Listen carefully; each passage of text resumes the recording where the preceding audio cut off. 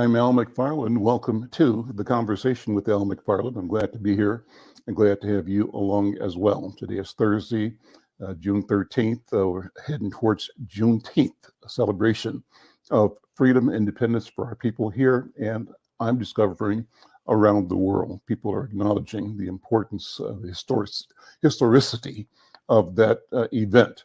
And I happen to have been listening to a podcast a couple of days ago about a community in a place called Nacimiento, Mexico. It's a Black town in Mexico. The residents of Nacimiento are descendants of people who were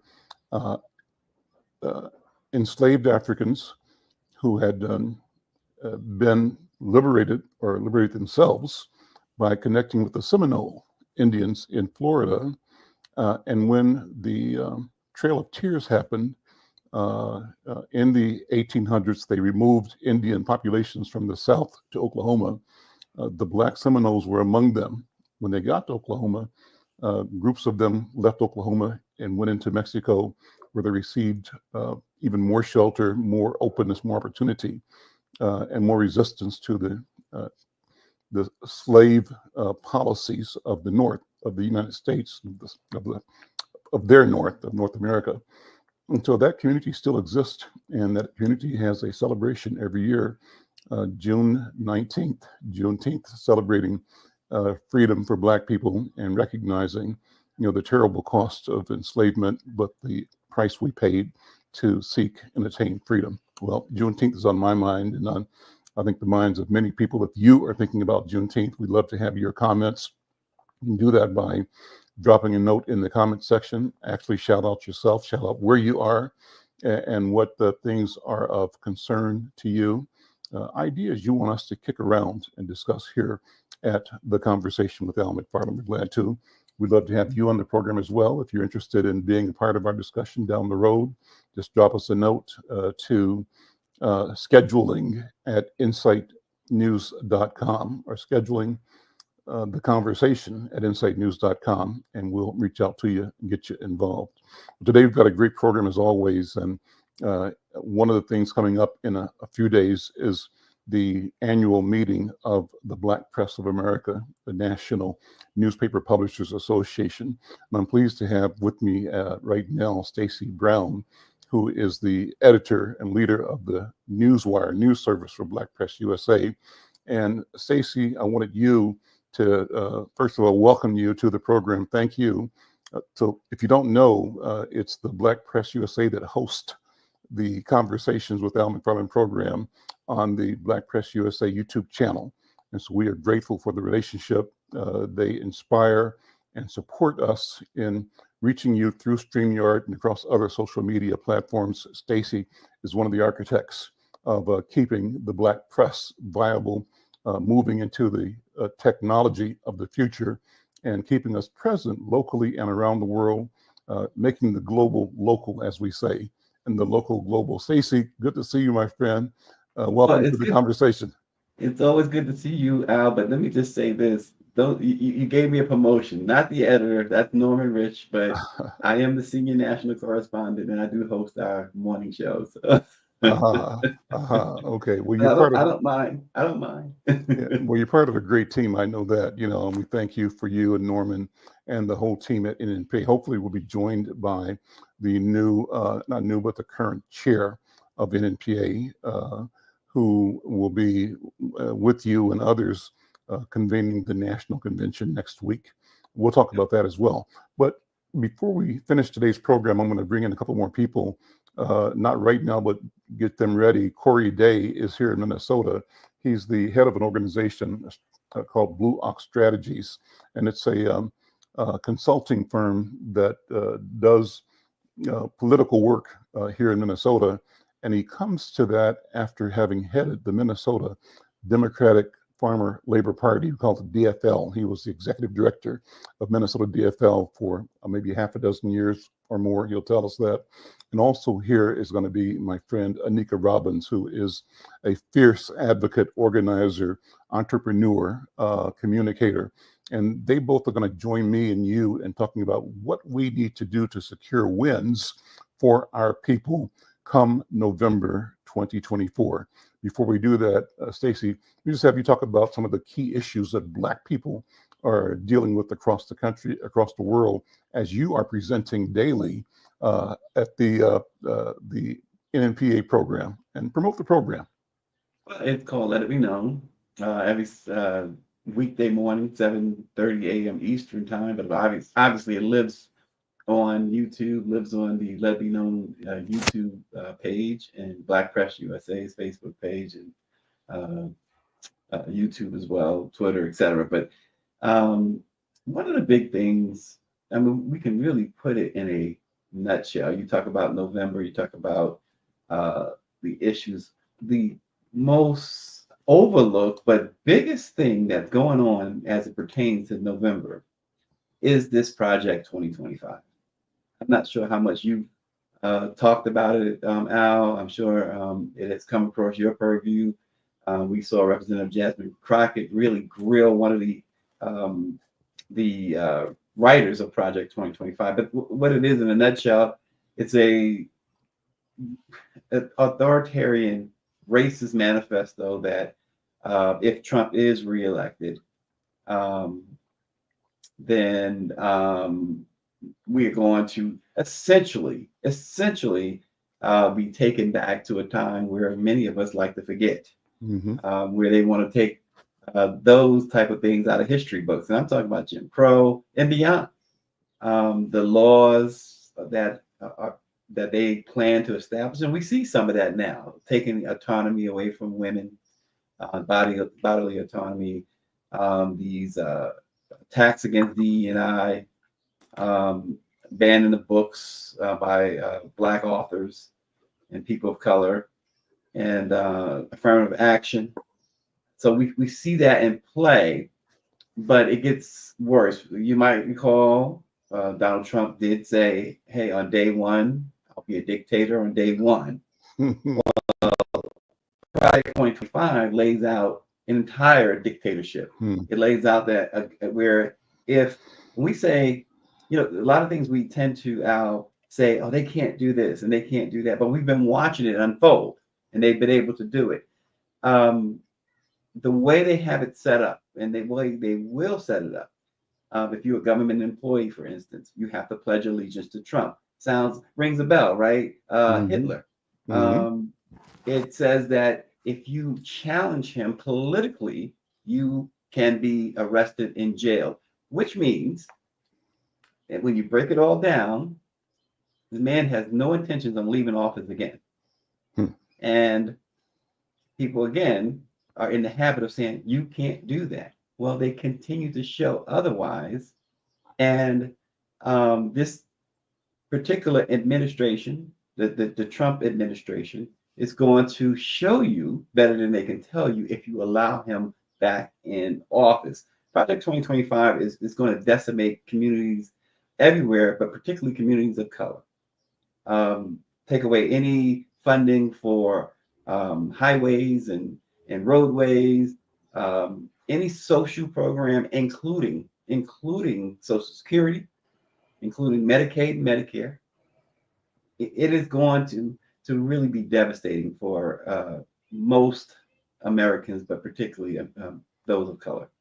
To what end, Stacy Brown? What's the end game? What's the objective of that strategy, that thinking? And so, what you're telling me and us is that this is not a series of one-of isolated incidences, but a coordinated strategy to overhaul existence itself as we know it. What is the end game from your point of view? How do we describe this so that we're crystal clear on what the stakes are for our people and for democracy? Yeah, so the stakes, the end game. The end game is and I hope that audio is a little bit better. Can you hear me, Al? Yeah, it's better. Yeah, it was okay, but it's better now. Thank you. Okay, great. But the end game is as simple as this: 76 million people voted for Donald Trump in 2020. 76 million, second most in history. Of course, Joe Biden got the most in history, 81 million votes. Many of those 76 million were folks that were in the shadows for years. folks that was afraid to publicly put on their white sheets again, folks that were publicly afraid to use the N word, to say what really was on their minds, on their racist minds.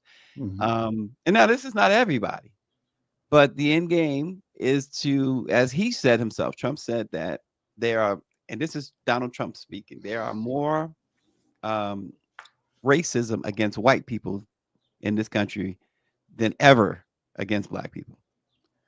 I mean, the audacity, but to show you where he's going. So we see the if you've been following the Fearless Fund situation down in Atlanta, Mhm. where this was an organization set up to give grants to black women-owned small businesses.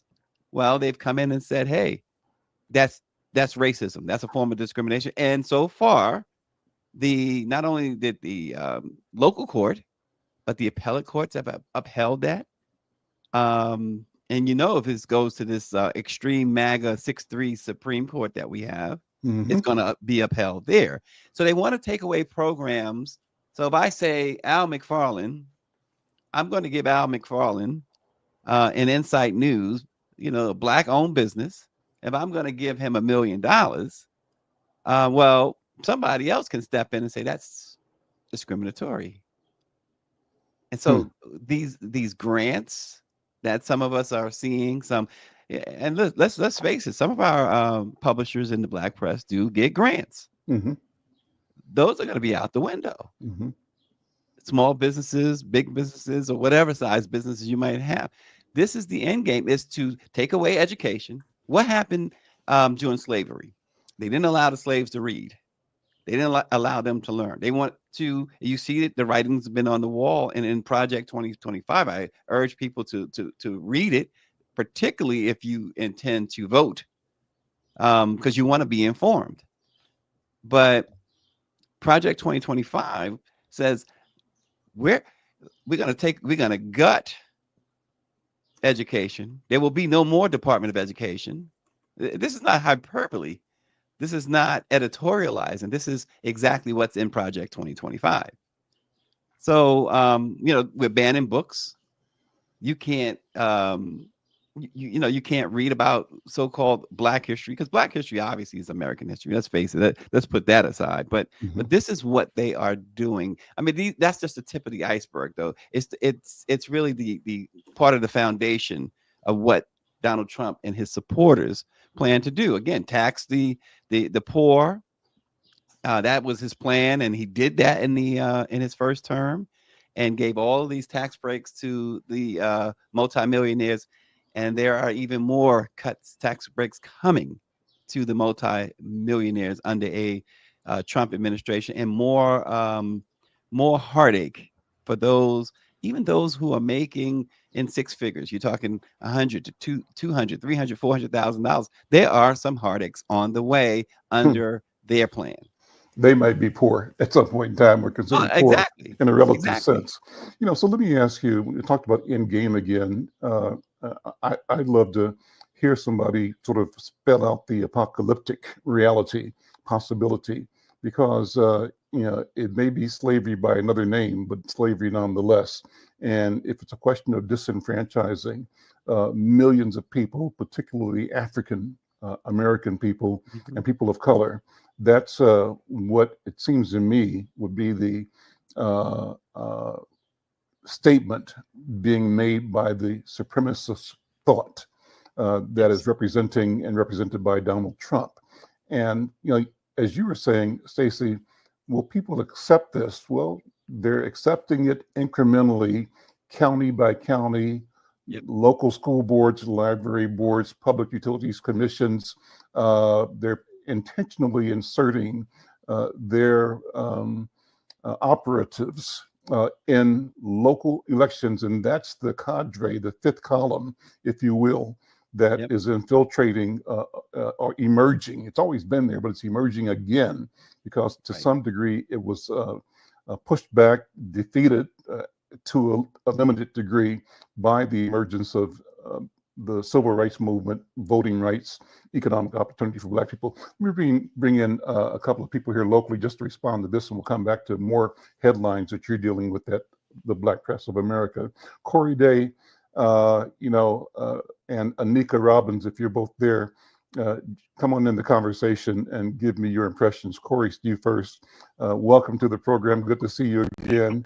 And this is a dismal picture that is being painted. Anika, same thing. You're active, boots on the ground, organizing people through the Anika Foundation, encouraging and demanding that our people show up and show out at the polls.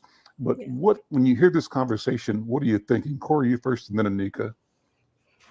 Yeah, Al, thanks again for having me. I always love to have these conversations on the show. I think what Mr. Brown is saying is exactly right. I think right now this Trump campaign is laying the groundwork to streamline every form of government, bringing white nationalists into the White House. They're not hiding this. They're saying it out loud. They're putting it in documents. They have the Heritage Foundation, who's funding the 2025 project. They're putting it all on paper here. They're making it as clear as day to us that this is the kind of government we want, a government that gets rid of immigration, no longer deals with climate change, no longer looks at the African American and other communities of color as a value to this country. I just think it's one of those things that we as Black folks and as Democrats and other folks who are dealing with this need to find a way to be very clear and concise as we talk about this, because the other side isn't hiding where they're at. And right now, for whatever reason, we don't have a very clear vision of understanding that what a Trump presidency is going to mean to this country, to our democracy, and what it means to be Black people in this country. Anika, what are your thoughts? Good afternoon and welcome. Thank you, Al. Same to all the guests on the show. It's always a pleasure to be here. I think it's spot on. I think that what is worrying to me is the complacency. That's the flip side of it, right? The complacency, and the privilege of being in a place of being complacent when all of our rights are basically being threatened. I think it's also concerning that the large numbers allegedly of Black men who are, changing saddles, so to speak. So I think it's really important for people to get reacclimated or reacquainted with what's really at stake. We can't afford that. And what's alarming to us as well is that in the last primary, 40% voted uncommitted. And so, and then the previous election, about 30% of that vote is what gave us a Trump presidency. And so I think there are a lot of things that in the Black community, we really have to come to Jesus with what the realities are and make a commitment. This is not, we don't have the luxury to sit it out or remain undecided, uncommitted. We really have to make concrete decisions. One of our mantras is that voting is one of the most unutilized power tools at our disposal. And so many are leaving it, especially those who are veteran voters, people who know better, who are educated, have been voting. A lot of these folks are despondent and apprehensive. And this is really not the time to be that way. We lead a nonpartisan effort, Black Votes Matter Minnesota, and we do a rigorous grassroots voter education program. And it's because we find that folks that you feel should know better, they don't. They don't know what the cycles are. They don't really know what's going on. And we deliver these messages in a way that, it maintains dignity and whatnot, but we have to make informed decisions. And I also want to point out the fact that we hear a lot of people talking about whether they're voting or not voting for a particular candidate because of where they stand on a particular issue. You can't vote for someone based on just a singular issue. This is like a wholesale, what is this person embody? What are their values? What has been their record towards our communities, towards our families? As Mr. Brown had mentioned, we're talking about infrastructure. women's rights. You mentioned the Fearless Fund. So now we are not, Mhm.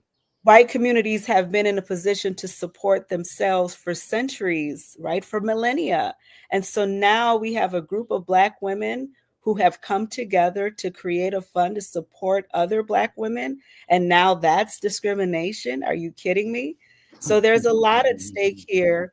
And we can't pussyfoot around these things. And a lot of how we're tailoring our message is just that, like brass tacks. And this is where we're standing on the precipice of what we don't know. And we will find out come November 6th or 10th, because who's to say there won't be shenanigans, again, So I think there's an element of fear in the country too right now. People are on edge. We've been on edge since last year, knowing that 2024 was coming up. So our message is going to be hard and harsh, driving straightforward. People will have to make a decision. This is absolutely not the cycle or the season to sit out. Well, understand this too, if we don't mind jumping real quick, that again, all the things that we were talking about with Project 2025 is not hyperbole, is not our spin, is not anything like that. But understand this too, that if Donald Trump wins, there will be no more elections. There will be no more elections. So think about that. Yeah. And again, when folks say they can't do this, they have, and they will, and they will be in a better position to do those things. And Anika mentioned things about Black men, and part of the problem what you have there, Al and Corey, you have these very high profile Black men who have come out in favor of and in support of whom they refer to, which really sticks in the crow at times, Uncle Trump. You have the Ice Cubes of the world, the Stephen A. Smiths of the world, the Don Kings, the Snoop Dogs, Mike Tyson, Lil Wayne. And naturally, you got the Clarence Thomases and the Byron Donalds of the world, whom I say, who I consider just people wearing blackface. But that's just me. But these folks believe, Jay-Z's of the world, they believe that their wealth and their fame they'll be able to come through a Trump administration unscathed. No one's going through a Trump administration unscathed, particularly if you are a person of color. Let me lay a scenario out that sort of brings another point to the conversation.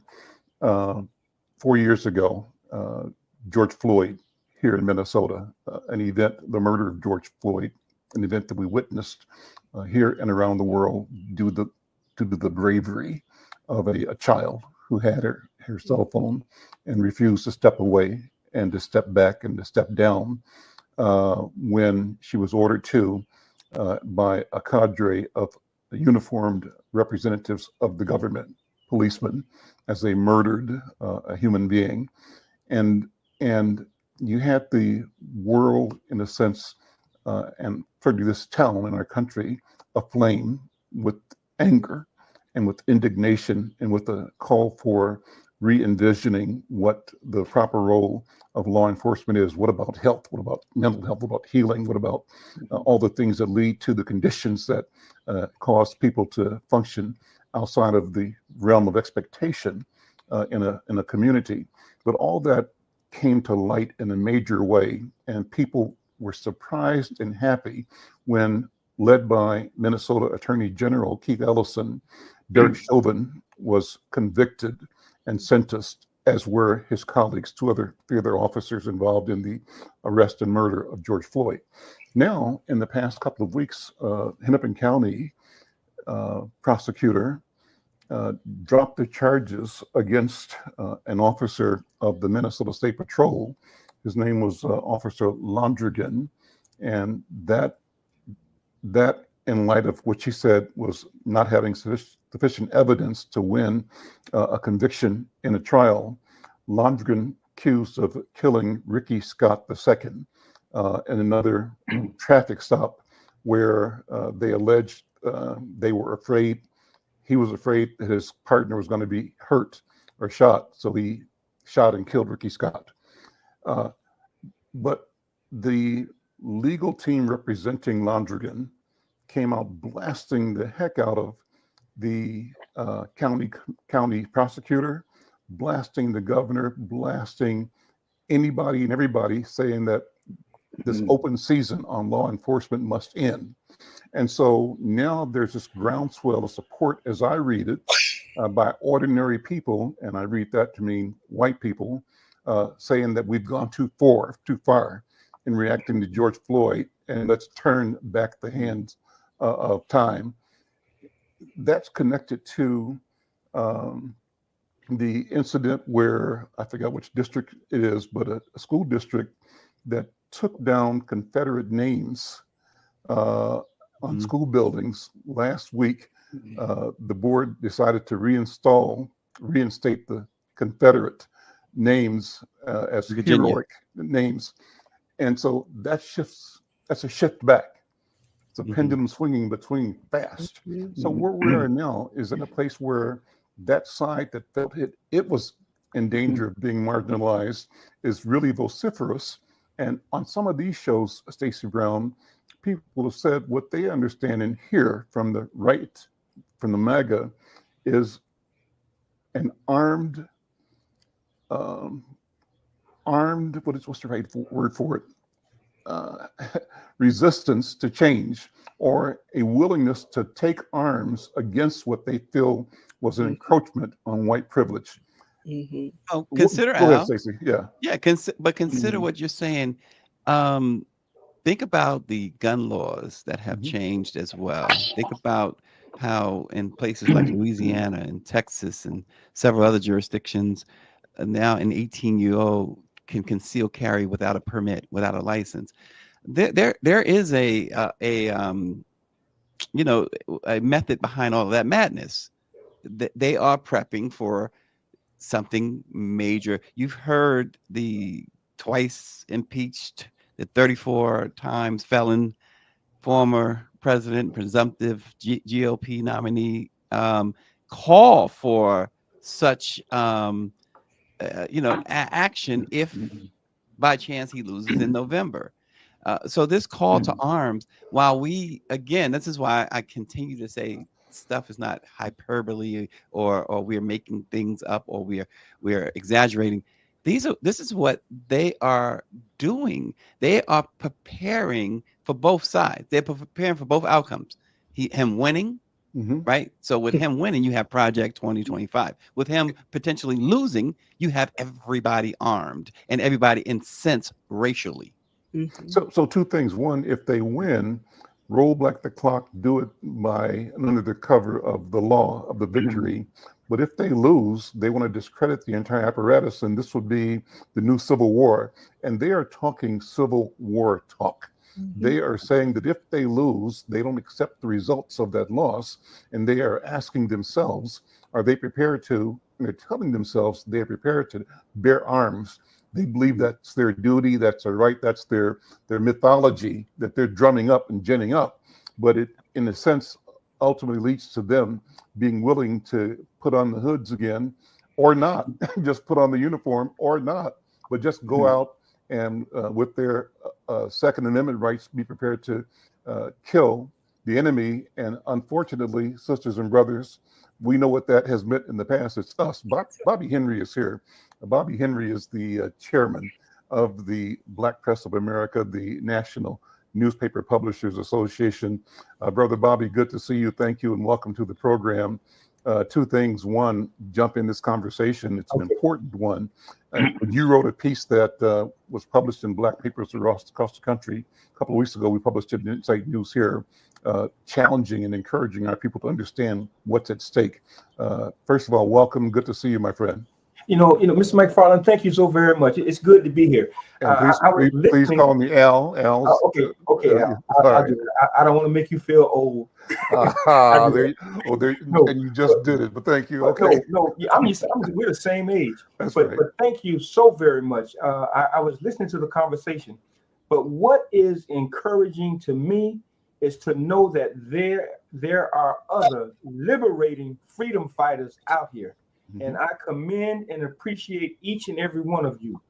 We cannot afford to not speak up and tell the truth for what it is. Yeah, I agree with you 100%, Al. We are on the verge of what is or could be a civil war. And so we need to be ready. I do believe one of the things we should have in our arsenal is understanding the power of voting, the total surrounding what it means to vote, all aspects. And the other thing is we cannot be afraid to speak truth to power. We can't be afraid to tell the truth for what it is. I heard the brother say earlier, Corey, when he and I got disconnected. But I agree with you, Corey. We got to speak up and not be afraid. I don't care where we are or who we are confronted with. We have to. And Stacy, you know it. You do it every morning, every day. You know, and it's so good to hear the sister Robbins speak as well. And so I do believe that if we don't confront those who oppose our freedoms, all of them, black, white, gay, lesbian, whatever, if we are afraid to speak up to them, then we are giving our freedom and our lives away. We're not fighting, we're just turning it over to them. And I also believe that in order for us to engage in this war, it's going to take all of us with the like-mindedness that is, I don't want to sound cliche, but freedom for all. And we're fighting for it. Mhm. So that's where I'll jump in at. Summarize the editorial that you wrote a couple weeks ago. What were the principal points that you delivered? Man, I have to pull that up. Al, you know how it is when you're writing. You're in the moment. You're in the flow. Pull it up when you get a minute. I was caught up. I was caught up. I'm glad that others were able to hone in on what was happening right then. I wrote another one too, but we are. Oh, sorry, I can find it. So I can. Well, don't worry about it. If it comes up, that's fine. Maybe Stacy can find it and put it up in the share. But let me ask you. You've got the national convention. The Black Press of America has its annual summer meeting coming up. Tell people about that and tell people what's on the agenda, where you're going to be, what's on the agenda, and the question I framed at the beginning of the program, Bobby Henry, was. What do we do to safeguard our wins and to grow our wins in this environment? And I'm saying two things here. One is that we have to be mindful of the dangers, the trepidation that lies ahead, because from the Republican side, if they win, they're going to do what they can do as aggressively and as expansively as they can under the cloak of being official American business, making America great again. If they lose, they take to the streets armed, and they're suggesting create a civil war at which everybody loses, but we are particularly vulnerable in that capacity. We haven't had a discussion in our community that I know of what do we do when they come with guns. That's one discussion. What are we going to do about that? And does that make us a believer? Because right now, many of us are saying, oh, it can't happen. It just can't happen because this is America and because there's a lot of good white people that won't let it happen. But I think at some point in time, it just makes sense to have the discussion. What do we do when they come knocking and they feel like they're on a mission to cleanse the country and they see us as the item that needs to be cleansed to save what they view as a country? Go ahead. Wow, Al, you just brought up a whole, as they said in WWF, a whole can of butt whoop. Yeah. And so when we talk in that vein, now I need people to understand me. I'm not a proponent of violence. All right. But when it comes to me, the whole story changes. I'm not a proponent of violence. I want to say that. And I do understand when it comes to guns, Now, if I'm not mistaken, I think that there's probably an equal amount of guns distributed throughout this country, which is in itself can present itself as a problem. Guns in the wrong hands. Now, I don't want it to come to that, but I'd be doggone if I'm not going to be prepared if that time should come. In terms of, I want to back up a little bit. In terms of the convention in Baltimore, Stacy, you have the capabilities better than I can right now. Can you screenshot the flyer that's happening in Baltimore? First of all, we're going to one of the blackest cities in the country, and that is Baltimore. And black is beautiful, so there's a lot of stuff there. Baltimore has a lot of black power, and we're bringing some. Now, I must say this: even though the president and the vice president have been invited, I don't know if that is solidified. I do know that if they don't come, it really tells us the condition that we are really in as Black people. Oh, but Bobby, let me jump in just quickly, Mr. Chair. I direct folks back to and Greer and I did this on the morning show as well. We had two distinguished publishers on recently, Mr. Bob Bogle of the Philadelphia Tribune and Sonny Messiah Giles of the Defender Network. And the reason we had them on, because in 1992, Bobby, the NMPA held its convention in Baltimore as well. I was there. And Bill Clinton was running for president. And Bill Clinton had committed to coming to speak to the Black publishers and the Black press at that convention. He last minute didn't, he reneged. And Bob Bogle and Sonny Messiah Giles led a press conference. And Greer and I commented that it sounded a whole lot like 2024 Bobby Henry. That press conference was where they really spoke truth to power, as Bobby said. They spoke their minds. They let Clinton know that he was treading down some really, really shaky paths by not keeping his commitment to the Black press. And long story short, Clinton did host a meeting with the Black press in a public forum to make up for that when he realized the heat that he was getting from the folks of with the likes of Bob Bogle and Sonny Messiah Giles and others in the NMPA. So that being said, as Bobby mentioned, President Biden, Vice President Harris have received, I'm in constant contact with the White House. I'm there a lot. They have formally received written invitations from both the chair, Bobby Henry, and the president, Dr. Ben Chavis, as far back as March. So this has been floating in the Oval Office for a couple of months now. I've had dialogue with the director of Black Media as well as others at the White House. And the last that we've heard is that they are still working on it. It's a difficult thing because he has that debate a week later. But my position on that is, I know he'll be preparing for the debate. However, he's doing other things. And other things can and should include that trip from Washington, D.C., that very short trip to Baltimore, Maryland, to personally address the Black press. So we'll see what happens. And if it does not happen, and I know I'm not putting them on the spot, but if folks feel like I'm putting Bobby on the spot, I'm going to put him on the spot. That's right. Then he needs to. Bob Bogle was the president at the time. It wasn't called chairman. He was president. He needs to follow what his predecessor did, and I'm sure Bobby would do it. That's why I say I'm not putting him on the spot. But the president would need to be called out because they are telling us they want you, people who look like you, to come out and support them in November. Because if you don't, they say they're going to lose.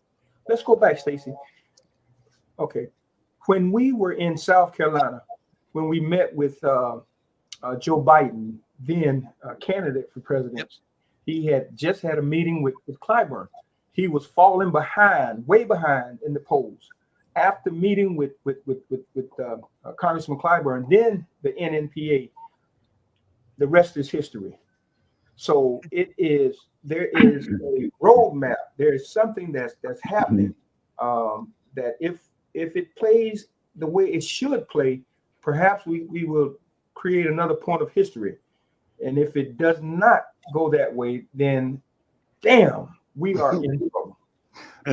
Thomas Berry is with us. He is one of the principals in Black Civic Network here in Minnesota, and they're working on a variety of things, but all of them have to do with engagement, equity, leadership, futures for Black people, as described and as pursued by Black people. Thomas Berry, welcome again. Always a pleasure to have you in the conversation. You've been listening for a bit, but when you filter this conversation through the lens of the Black Civic Network, what are the stakes and what are the opportunities from your point of view? Well, the Black family is at stake, and Black folks got to ask themselves, are you a Toussaint type thinking Black person, or are you a Dessalines type thinking Black person? What do you mean, Thomas Berry? You know what I mean? It's the same revolution, but two different ways of thinking. Toussaint wanted to be respected by the white generals, and Dessalines just wanted his freedom. And I think with our situation, we got to ask ourselves as a collective, when we're talking about this political race, what side do we really want to represent? Do we want to be in the room just for the sake of being in the room, or do we want to be in the room and actually get something for our people so that we can do better? We have gotten addicted, to showmanship. And so, that's what this White House has done with the Black community. Now, I'm not no fan of the orange president by any means necessary. I think that he should be stopped from being able to get into the Oval Office. I do believe that he does want a civil war. And I always ask this question of conservatives for the past 2 decades: you hate government so much, why do you want to be in government? I've never seen someone say they don't like something and they despise it, but they run to be in it. They run to be in control of it. And so for me, I just look at it from the aspect that the Biden administration needs to come with it. They need to come up with policies that are targeted towards Black men, so you don't have Black men drifting off to want to vote for Trump. Trump only speaks to the lowest vibration of the Black community. And we all should know that. We all should be able to say that. And what do you mean by that? To break that down. Well, their idea of him being a felon as a way that he relates to Black folks, that's disrespectful. That's very low vibrational. Him bringing up rappers, and no one, these rappers have to pay $1 million to get free. Like, this isn't done because they're doing it out the kindness of their heart, or they have some affinity for Black folks, or want some type of, upheaval of Black folk to get right. That's not what they do it for. He's getting paid. So it's very low vibrational, and it's really based off of reality TV that a lot of our folks are addicted to. Tubi is the Tubi television network that Black folks watch on the regular, is ran by Fox News. So you got to understand or Fox, I should say. So you should have to understand, if Fox owns Fox News, then just imagine the propaganda that they're feeding to our community. And then you have this president this former president, who is he's a poll chaser. Whatever the polls say is what he does. So he knows how to speak to that low vibration, because they always run in these polls. It may come off as a cultural poll, but they're behind the polls in our community. So they understand how to speak to us. The Biden-Harris administration is a little bit different. They know how to be Black adjacent, but they don't know how to speak to Black folks. Kamala Harris is just not a Black person. We have to own that. She's not African-American, so she just don't relate. And so they need to figure out who they can talk to speak to some of the victories that they've had in their term in the White House, but also speak to us directly and talk about how they can do things that benefit us directly. We're not meant to be cheerleading on the sideline while every other group rise. So I think that it's for them to pull themselves up by their bootstraps and get out here and talk to our community if they really want our vote. They need to work for it. So, Thomas Berry, let me ask you to respond to the apocalyptic scenario that I laid out. What if they decide that, number one, that Biden's win, if he wins in November, is another case of voter fraud, and they decide that they have no choice but to go to the streets with an armed insurrection, that in fact January 6th was practice, but now they are sufficiently organized, mobilizing, and able to replicate that with a better chance of positive, from their point of view, outcomes across the country. that they have shifted the dialogue, the language, the narrative in the country so that sufficient numbers of armed white people believe that they are in immediate and physical, threat for their way of life being ended, and that therefore they have no choice but to answer the call of the bugle and to defend the society. What do we do? What do you do, Thomas Berry, in that scenario? Well, I would say we wouldn't do what we did when things were happening here in Minneapolis with George Floyd. We accepted white folks in our community too easy, and those were the ones that were shooting, burning things down. They were taking pictures, they were seen on CNN, and the same folks that were meeting with the Minneapolis NAACP right there on 1201 Broadway, folks that were shooting at black folks and burning the business down. So we have to understand that we can't be too comfortable in accepting the folks who are showing up, because that's how they got in our community. And I feel like we have to learn how to be in more closer proximity to one another. One of the things with a lot of the metro areas is black folks are not as close adjacent to one another as we once were. And we're going to have to come up with a game plan to make sure that we protect one another. And that, I'm not saying go gun crazy, but we should certainly know how to protect ourselves, protect our neighborhoods, and we can't always depend on other groups to protect us. I feel like that's kind of the failure of black leadership. We've done a lot of helping of a lot of other groups that if they saw us burning on fire, they wouldn't pee on our leg to put the fire out. Anika, Corey, what are your thoughts? I agree that we do need to be more unified. A lot of times our community devolves into divisions. There is sometimes division between Black men and Black women. So I think we really need to get on the same page and working together. And also this concept, what does really working together mean? You may not be the one leading it, right? But what is your lane? What is your role? What are your strengths and your strong suit that you can bring to the gunfight, figuratively speaking, hopefully. But, I know for myself, I mean, you're right, Al, about we have not had a real conversation about, what you're going to do when they come for you, right? We've not had that conversation, and we do need to have that conversation. And that goes back to my earlier comment about the complacency.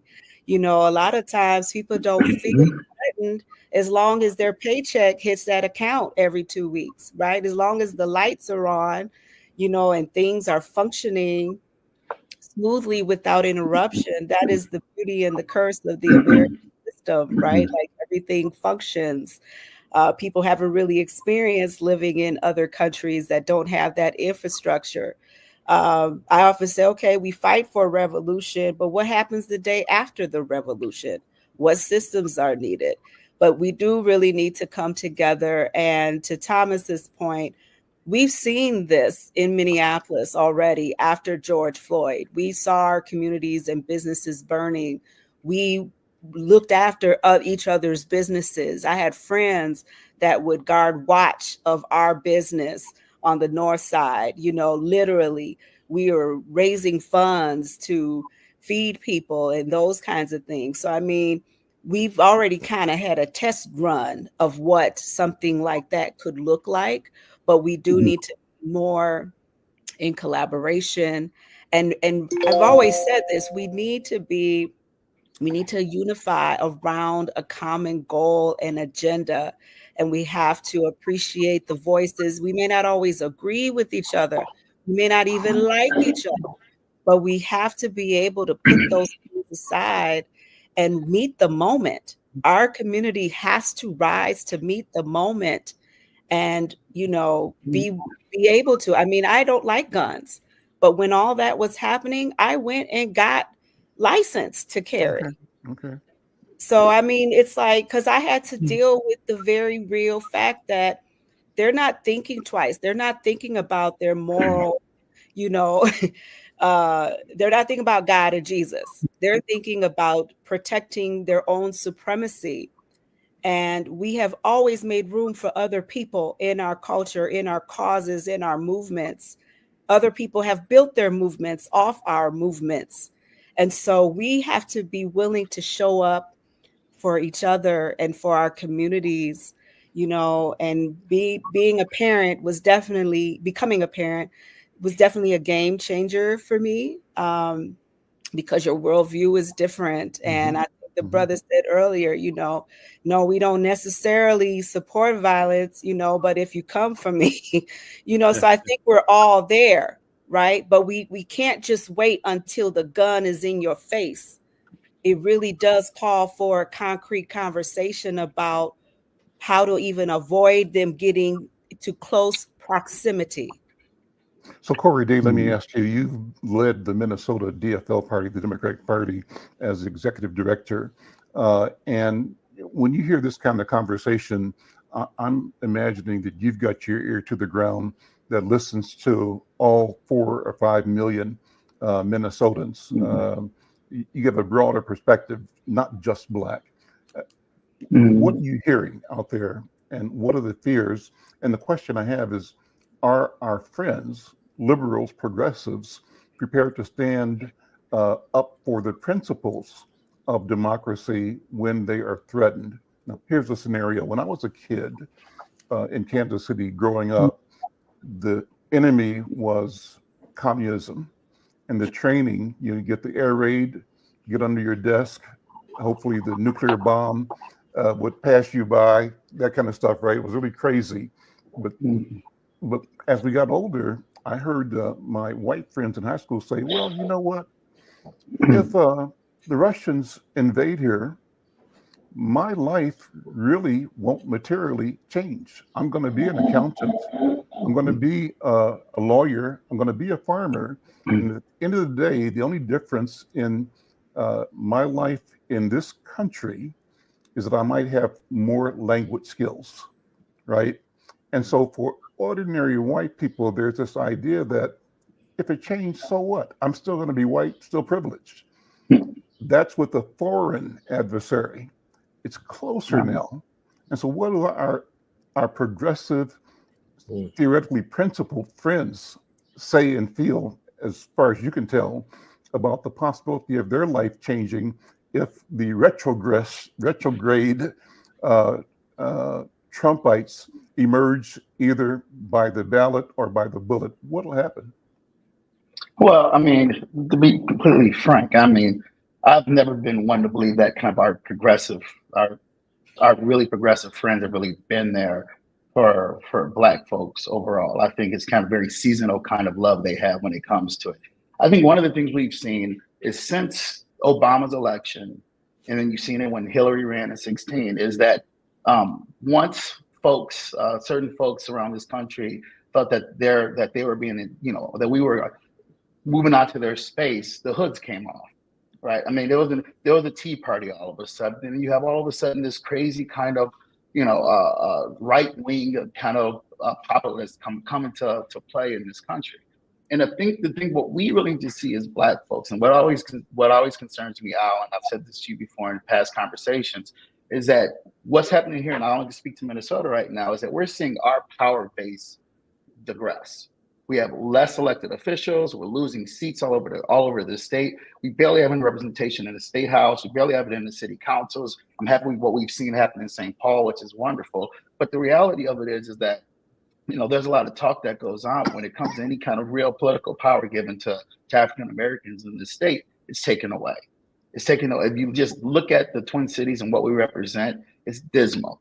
And Bobby and Stacy, if you guys saw the fact of the amount of power we've lost as people in this state when it comes to electoral power, you would think that we went back to Jim Crow and what kind of representation we have here in the state. So there's things that I think we need to do, and I don't want to just I think the Civil War talk has been covered pretty good, but what we need to do is make sure that we're engaging ourselves as one. And I couldn't agree with Thomas more and what Anika said, is that we are the most divided community in this state. We have such political power. We have such brilliant minds, great organizations that spew up, but we're very divided. And the one thing we need to do, regardless of Civil War, Trump, or whatever the hell happens, is we have to come together better as a people and realize our electoral power. And so my hope is that as we move forward and we see that the enemy is only getting stronger. I mean, it's not just when it comes to the George Floyd, we haven't just seen kind of this policing thing change. We've seen corporations all of a sudden now see that there's no excuse for DEI anymore. they're like, okay, the clock is running out. We don't need to do it. Okay, we did our part now. So now Targets of the world and the Best Buys of the world are getting rid of these folks. And you're going to see this happen even more and more. You're seeing the whole tech sector support Donald Trump now. We're seeing all these folks who were with Biden 4 years ago all of a sudden going to the Trump way. And then when it comes to black men, look, I'm a big believer that we have to not just give our vote to one party. And I'm a Democrat. I work for Biden through and through.